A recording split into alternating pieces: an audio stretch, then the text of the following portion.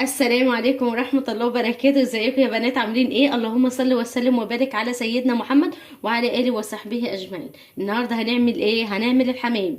جايه لكم بقى بوصفه جديده خالص، وجايه لكم النهارده بالحمام. الحمام بنات كتير قوي ما بتعرفش وقت تغسله، وبيفرقع معاها في الحشو، وما بتعرفش بالظبط هتطلع ايه من الحمامه وهتغسله ازاي. ماشي، النهارده هقول لكم اسرار كتيره، ايه هو الحاجات اللي بتخلي الحمامه زفره، وهقول لكم الحشوه بتاعتها قد ايه وازاي، وكل حمامه بتاخد قد ايه في الحشو، وفي السلق بتاعها قد ايه، وازاي ما يفرقعش مننا. تمام. انا غسلت دولت اهم، بس ناقص لي دي. بس تعالوا اقول لكم انا بغسل الطيور ازاي، او الحمام او اي حاجه ريحتها نفاذه. انا معايا هنا ليمون. جيبي بقى 3 4 ليمونات بتحطهم هنا، بس انا مفرزه الليمون ده عشان ما عنديش ليمون فريش. اديني حطيته كده اهوت هنا اهو، كده اهو يسيح مع نفسه. طبعا الطحينه اللي انا كنت عاملاها اللي انتوا فاكرينها، بس انا اجيب لكم معلقه هقول لكم نعمل ايه. دلوقتي الطحينه دي هناخد منها معلقه حلوه كده محترمه كده اهو. مالها بقى الطحينه؟ بتعمل ايه؟ بتضيع اي ريحه زفاره في قلب الايه، في قلب الطيور، في قلب الحمام. طبعا انتوا عارفين طبعا الحمام بيبقى ريحته نفاذه ازاي. طبعا ايه الحركه بتاعت الطحينه دي بتضيع اي ريحه ايه، زفاره. هنسكت؟ لا مش هنسكت طبعا. هنحط ايه؟ هنحط كمان ملح، حبه بقى حلوين كده. تحطي ملح حبه حلوين. هتعملي ايه؟ هتدخلي كل ده ببعضه. طبعا انا كل ده غسلاه ومورقاه، وهقولك انا ورقته دلوقتي ازاي بردك، وغسلته ازاي من اول للاخر. بس انا قلت ايه، اوريكم بس المنقوع اللي انا بنقعه باي طيور عندي. وهحط كده وخلاص؟ لا طبعا هنحط كمان دقيق. الدقيق هيضيع لك اي ريحه زفاره. حبه بردك حلوين كده. حطيتيش خل؟ لا هنحط بقين 2، عشان الخل الحاجه الوحيده اللي بتثبت ريحه الايه، بتثبت ريحه الزفاره كده من جوه بقى ومن بره. هتروحي دعكه ايه بالحاجات دي اهي. تعالي بقى اوريكي انا عملت ايه في سبت لكم حمامه اهي على جنب، عشان اقول لكم بردك هنورقها ازاي وهنغسلها ازاي، وايه الحاجات اللي بتخلي الحمام بيبقى ساعات بيبقى ليه ريحه زفاره. كده احنا عملنا المنقوع بتاع الايه، بتاع الحمام اهو. هنحط كمان بقين بالظبط بالخل، بس كده. منحطش خل كتير، الخل بيثبت ريحه الزفاره في اي طيور. بس احنا ايه، حطينا بقين 2. طبعا ده بقى هنركنه كده على جنب. تعالوا بقى اقول لكم انا عملت ايه في الحمام ده. بصوا حبايبي، دلوقتي احنا بنعمل ايه؟ احنا بنجيب من عند بتاع الحمام الحاجه كده. الحمامه بتبقى بالمنظر ده. طبعا بيبقى بقى فيها ريش زياده، بيبقى فيها بتاع الضوافر بتاعتها، بتبقى فيها حتت زيادات من الرجلين. تمام تمام. تعالي بقى ايه، انا هقول لك هنعمل ايه. اول حاجه بنمسك عند الرقبه، في عند الرقبه حاجه اسمها غدد. الغدد دي لازم لازم لازم تشيل. هتعملي ايه؟ بترفعي الزور كده. ولو عايزه كمان تشيلي الزور بتشيليه عادي، بس انا مش هشيله. انت بترفعي الزور كده اهوت، وتروحي منزليه عشان كل حاجه تبقى واضحه معاكي وايه، وتشوفيها. وتحت الميه بقى تروحي عامله كده، بتطلعي اي حاجه في قلب الرقبه اللي هي الغدد دي. دي طبعا بتسبب ريحه زفاره مش طبيعيه، يعني الغدد دي ما تتسابش ابدا اهي. اي غدد في قلبيها تتشيل. تعالي بقى اقول لك هنعمل ايه تاني. في حتت بردك هنا اهو. ايه اللي بتشيل من جوه؟ بصوا في حاجه كده زي الكبده. دي مش كبده، دي الفشه بتاعت الحمامه. طبعا دي هتسبب لك ريحه زفاره جامده جدا. واللي هي عند تحت كده هو الناس بتسيبها، اللي هي بيفكروها كبده. لا الكبده هي الحماميه ما فيهاش الا كبدايه واحده وواحده قوانص، اما كل ده دي زفاره. كل اللي انت شايفاه ده زفاره. وعند المؤخره بص هتلاقي ايه، هتلاقي حاجه كده. ايدي دي لازم تشيل، لازم تشيل. هي دي برضك بتسبب لك ريحه الايه، ريحه الزفاره. اي حاجه زياده بقى زي اللي انت شايفاها دي هتشيل. المؤخره برضك بص اهو بتاع الفراخ مش شايلها. طبعا دي لو احنا سيبناها هتعمل ريحه زفاره، يبقى برضك هنشيل ايه، الحته اللي ورا دي اهي كده. يبقى احنا شلنا الحته دي. وبرضك في الجناح هنشيل الضفر ده، شكله مش حلو، هنشيله مش مستحب ابدا كده اهو. وهنشيل بردك الحته دي مش مستحبين اهي. يبقى احنا شلنا الضوفر وشلنا الحته اللي هنا دي. كل الحاجات دي بتعمل ريحه زفاره مش طبيعيه. يبقى انا عرفت الحمام من اوله لاخره، ايه اللي هيزفر وايه اللي مش هيزفر.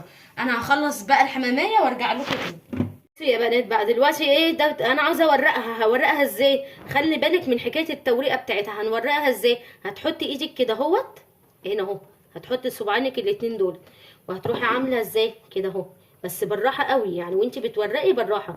اتك عليها لجوه كده كده اهي، بس المهم اللي انت تورقيها لجوه. خلي بالك لا تتقطع منك اهي، بالراحه خالص. بنسيسها كده لحد ما نورقها خالص اهي. انا بقى ورقت كل اللي عندي كده اهو، بس انا ما بحبش اجيبها للنهايه عشان انا بحب احشي من هنا. ودلوقتي بردك هعمل لك خلطه حلوه قوي للحميم. بصي بتتورق كده اهي كده، بس بالراحه عليها خالص، لان دي حاجه ايه رقيقه، عاوزه معامله معاها بالسياسه كده. شفتي ورقتها لك ازاي اهي. احنا عاوزينها تتورق كده، تفصلي اللحمه عن الجلد، بس بالراحه كده زي ما انا وريتك. بتحطي ايدك الصباعين الاتنين دول كده وتتكي لتحت وترفعي الجلد على فوق. بالراحه معاكي ايه، هتتورق معاكي على طول. دلوقتي انا هغسل الحماميه وهشطفه واجي اقول لكم هنعمل ايه. خلاص يا حبايبي، عرفنا ازاي هيتغسل الحمام، وايه الحاجات اللي بتزفر الحمام، وايه الحاجات اللي ممكن نشيلها، وايه الحاجات اللي ما نشيلهاش. اي غده في قلب الحمامه بنشيلها، بنخليها بالمنظر ده من جوه، مخليش اي حاجه فيها اهي. خلاص خلصنا الحمام وغسلناه وخليناه زي الفل كده. هنعمل ايه بقى؟ ايه المقادير اللي معانا؟ انا معايا هنا 6 حماميه، معايا كبد وقوانص. الكبد والقوانص دي بتاعت الفراخ. هقول لكم بردك القوانص دي انا سايباها سليمه ليه، عشان هقفش بيها في الاخر الحمام، بس هوريكم حاجه. ومعايا هنا كبد وقوانص، القوانص بتاعت الحمام بردك مقطعينها صغير كده، يعني مقطعينها بالمقاس ده. عايزه تقطعيها صغير، عايزه تقطعيها كبير، دي حسب براحتك. تعالي بقى نشوف التوابل اللي عندنا.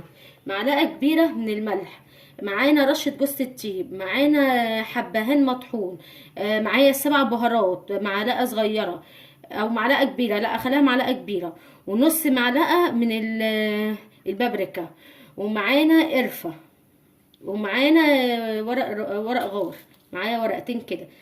تمام. معايا هنا 3 بصلات انا بشراهم، عايزه تقطعيهم مكعبات صغير تمام، انا بحب الحاجه تبقى مبشوره. معايا معلقه كبيره من السمنه، ومعايا 4 معالق من الزيت. معايا هنا بقى الرز. تعالى اقولك بقى الرز. كل حمامه بقى بتاخد قد ايه رز؟ كل حمامه بتاخد كبشه رز كده حلوه، كل حمامه بتاخد كبشه رز. مش عارفه اعاير بايديا، يبقى كل حمامه بتاخد نص كوبايه رز. تمام. تعالوا بقى عند الحله ونشوف هنعمل ايه. بصوا يا حبايبي، هننزل دلوقتي السمنه وهنزل الزيت زي ما انتوا شايفين كده. هنسيح بقى دولت كده مع بعض. دلوقتي البصله دي انا معايا 3 بصلات ايه وسط. انا طبعا البصل ده كله مش هاخده، هعمل ايه دلوقتي هوريك. بس الزيت ابتدى يسيح والسمنه تسيح. انا جايه دلوقتي السمنه اهي يا حبايبي ساحت معانا. دلوقتي انا مش هاخد كل البصل ده، هعمل ايه؟ هاخد نص 3/4 كده، 3/4. وانا هقول لكم برضك ده هعمل بيه ايه. هنشوح بقى البصلايه دي، يا دوبك هتدبل، مش عاوزينها تتحمر، هي يا دوبك هتدبل. نسيبها بقى كده ونوطي عليها قبل ما اوريكم بقى هنعمل ايه لبقيه البصلات. تعالوا بقى اوريكم هنعمل ايه بالبصلات.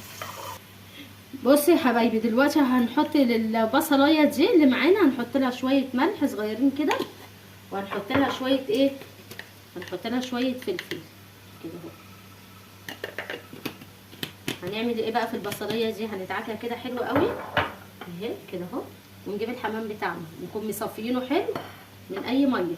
هنعمل ايه؟ هنسوكه او هندبله زي ما انتوا عاوزين يعني تقولوا اهي كده اهو. خلاص عملنا كده اهو. بنجيب بقى الحماميه بتاعتنا دي، الحركه دي مهمه قوي. بتجيبي بقى من جوه لبره. بصي البصلايه كده حته صغيره في ايدك وتسوكي كده من جوه لبره. الحركه دي حلوه قوي في الطيور، حتى في الفراخ قبل ما تسلقيها ممكن تعملي حركه زي كده، بتخلي طعم الفراخ التحفه اهي. بتسوكيها كده من جوه لبره اهي.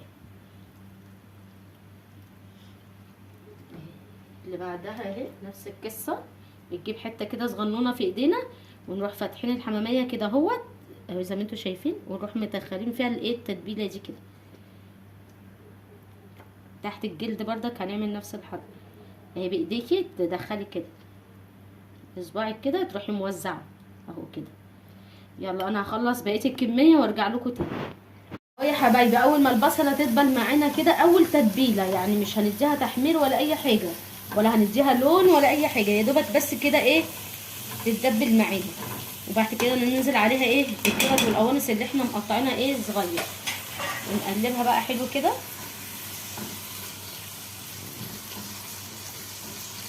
تبليها بقى حلو كده في قلبها، قلبيها حلو. دلوقتي بردك هنحط لها توابل حلوه قوي هتنكه لنا الايه الخلطه دي حلوه قوي كده اهو.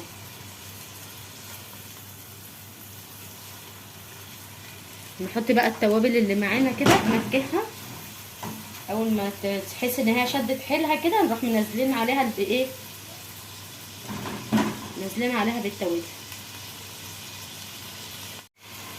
اهو يا حبايبي. دلوقتي الزيت اهو طلع وهو والسمنه والادام بتاعها اهو، تحس ان هو بان في الكبده، نروح منزلين بقى التوابل بتاعتنا دي هتنكه لنا بقى طعم الكبد،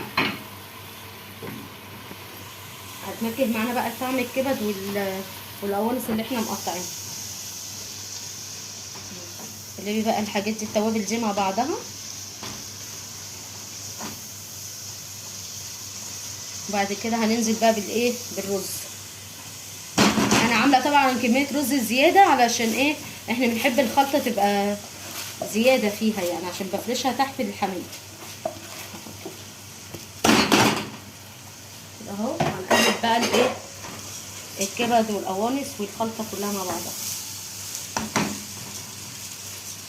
دوقوا بقى احلى خلطه هتاكلوها.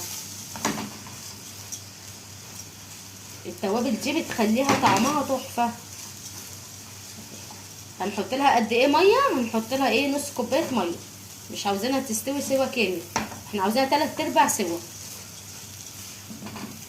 يعني مثلا لو دي كوبايتين رز هنحط كوبايه ميه، لو 3 كوبايات رز هنحط كوبايه ونص ميه. يعني بتحطي نص المعيار ميه، مش هتحطي المعيار ايه كامل، لانك انت ايه هتسويه 3/4 سوا. هنسويه 3/4 سوا اهي. هتقلبي فيه حلو قوي كده اهو كده. اهم حاجه في التشويحه بتاعتها دي لحد ما تحس خالص ان هو ايه شربت ميتها، نروح حاطين لها عقله الميه اهو يا حبايبي. دلوقتي معايا كوبايه ميه للكميه دي، كوبايه ونص كده عشان الكميه اللي معايا كتير، يبقى انا هحط بس كوبايه ونص يا دوبك تحس ان هي مش متغطيه، عشان احنا مش عاوزين ايه نسويها سوا ايه كامل اهو. تقلبي بقى تقليبه حلوه كده فيها، دخلي كل المكونات في بعضها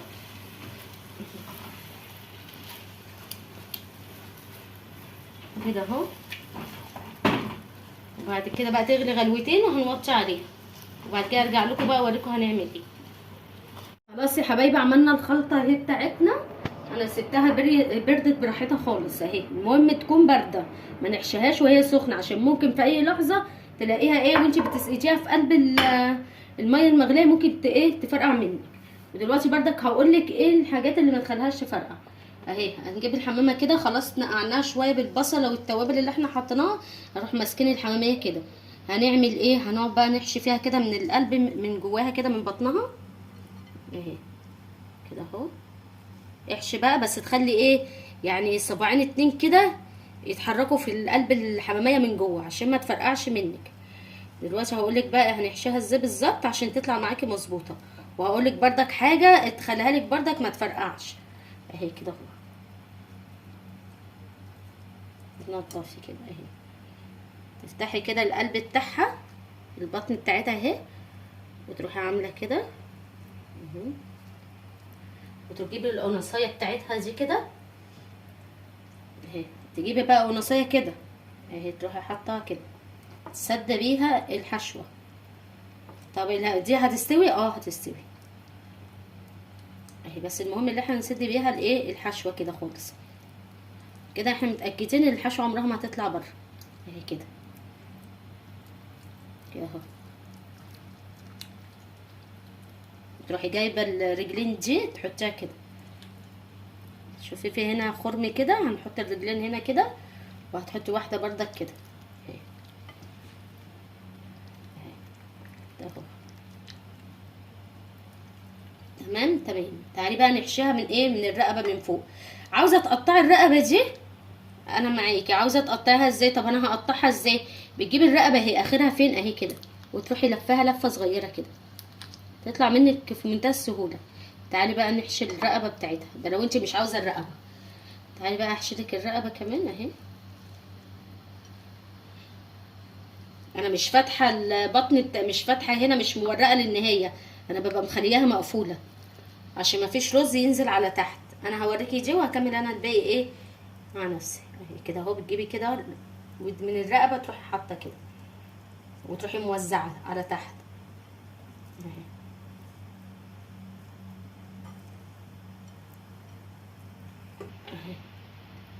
بصوا يا حبايبي، ادينا اهو هنشيل كده اهو، هنحط كده اهو الرز اهي كده اهو. وبعد كده بتوزعي بقى كده بايدك كده. المهم يبقى مفرود، المهم البطن ما تبقاش مليانه على الاخر، عشان البطن دي ممكن لو مليتيها على الاخر تفرقع منك اهي. وانا هقولك بردك على حركه ان شاء الله هتخلي لك الحمام بتاعك ما يفرقعش ولا واحده اهي كده اهو. بعد كده بتحشي كده. انا بس عشان جنب الكاميرا مش عارفه احشي على طول اهو.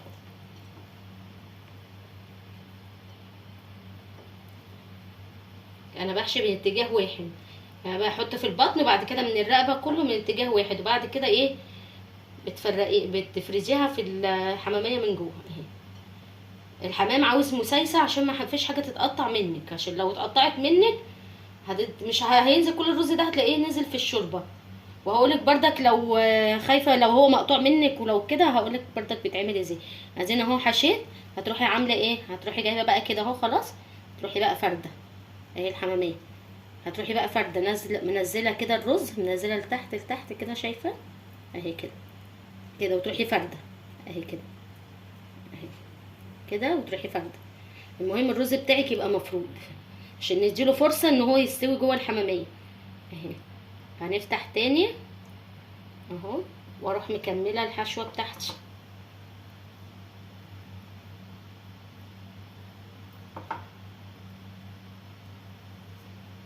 اهو كده اهو. تحشي بقى كده حلو. المهم تبقى ايه مفروض معاكي. شفت الممبار؟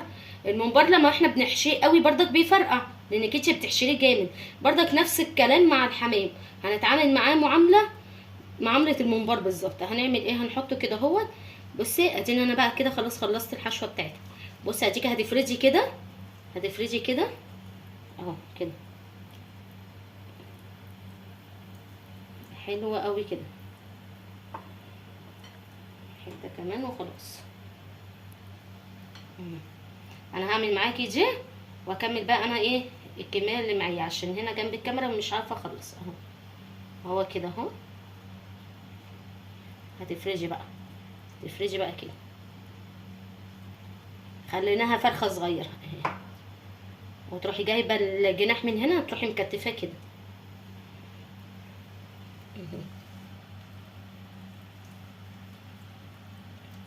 اهي. بصي اللي حشيناها عامله ازاي اهي.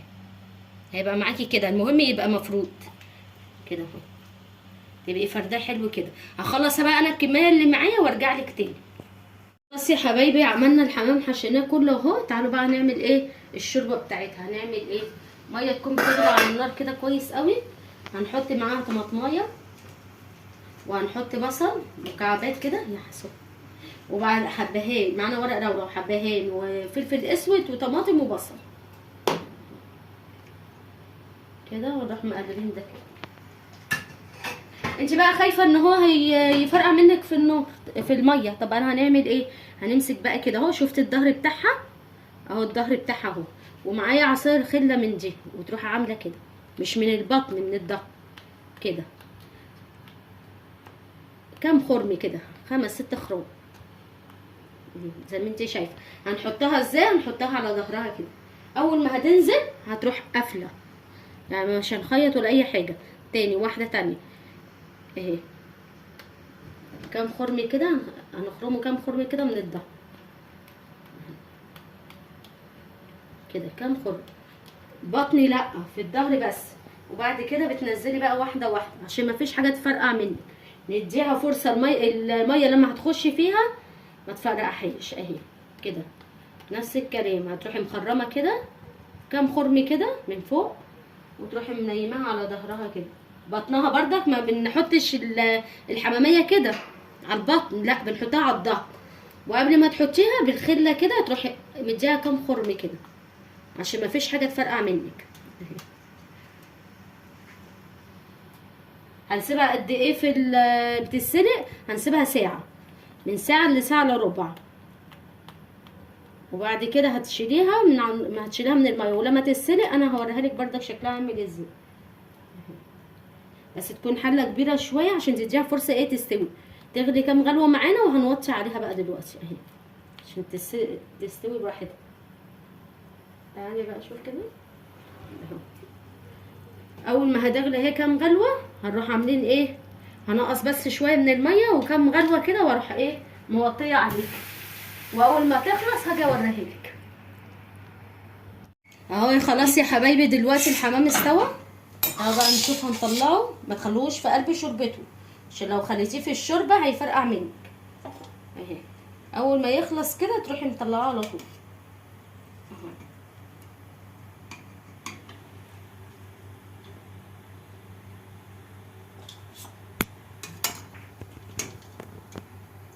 اهو. طلع بقى كده من الشوربه عشان لو سبتيه في الشوربه هيفرقع منك، وما سيبهوش يستوي اكتر من اللازم عشان لو استوى بردك اكتر من اللازم لو قعد في الميه كتير هيفرقع، واحنا مش عاوزين يفرقع اهو. اطلع بقى انا كده واجي اوريك نحمرها ازاي اهو يا حبايبي. الاربعه دول بقى انا هحطهم في الفرن، والاتنين التانيين عيالي بيحبوهم مسلوقين. عملت ايه بقى هنا، حطيت معلقه سمنه على معلقتين زيت على معلقه طماطم اهي، وهنحطها بقى في الفرن تطلع بقى مش شكشكه كده وجميله.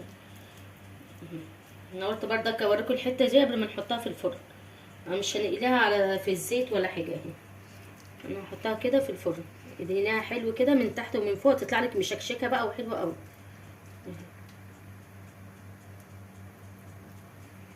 عندك لبن، شويه لبن كده على شويه زيت وبردك يدهني، بس انا هعمل كده احسن اهو. معلقه سمنه على معلقه زيت على معلقه طماطم اهي، هحطها بقى في الفرن ولما تطلع بوريها لكم اهو يا حبايبي. بعد ما خلصنا خلاص الحمام بتاعنا القمر السكر اللي ريحته جايب اخر الدنيا ده بحته سمنه وحبه زيت، بص طلع شكله عامل ازاي، شفت الجمال والحلاوه. بصوا معاه رز بقى بالخلطه بتاعته، تحمير بقى حاجه كده قمر اهي، ولا بزيت ولا نقل من على البوتاجاز ولا حاجه. تعالوا بقى اوريكم من جوه عامل ازاي.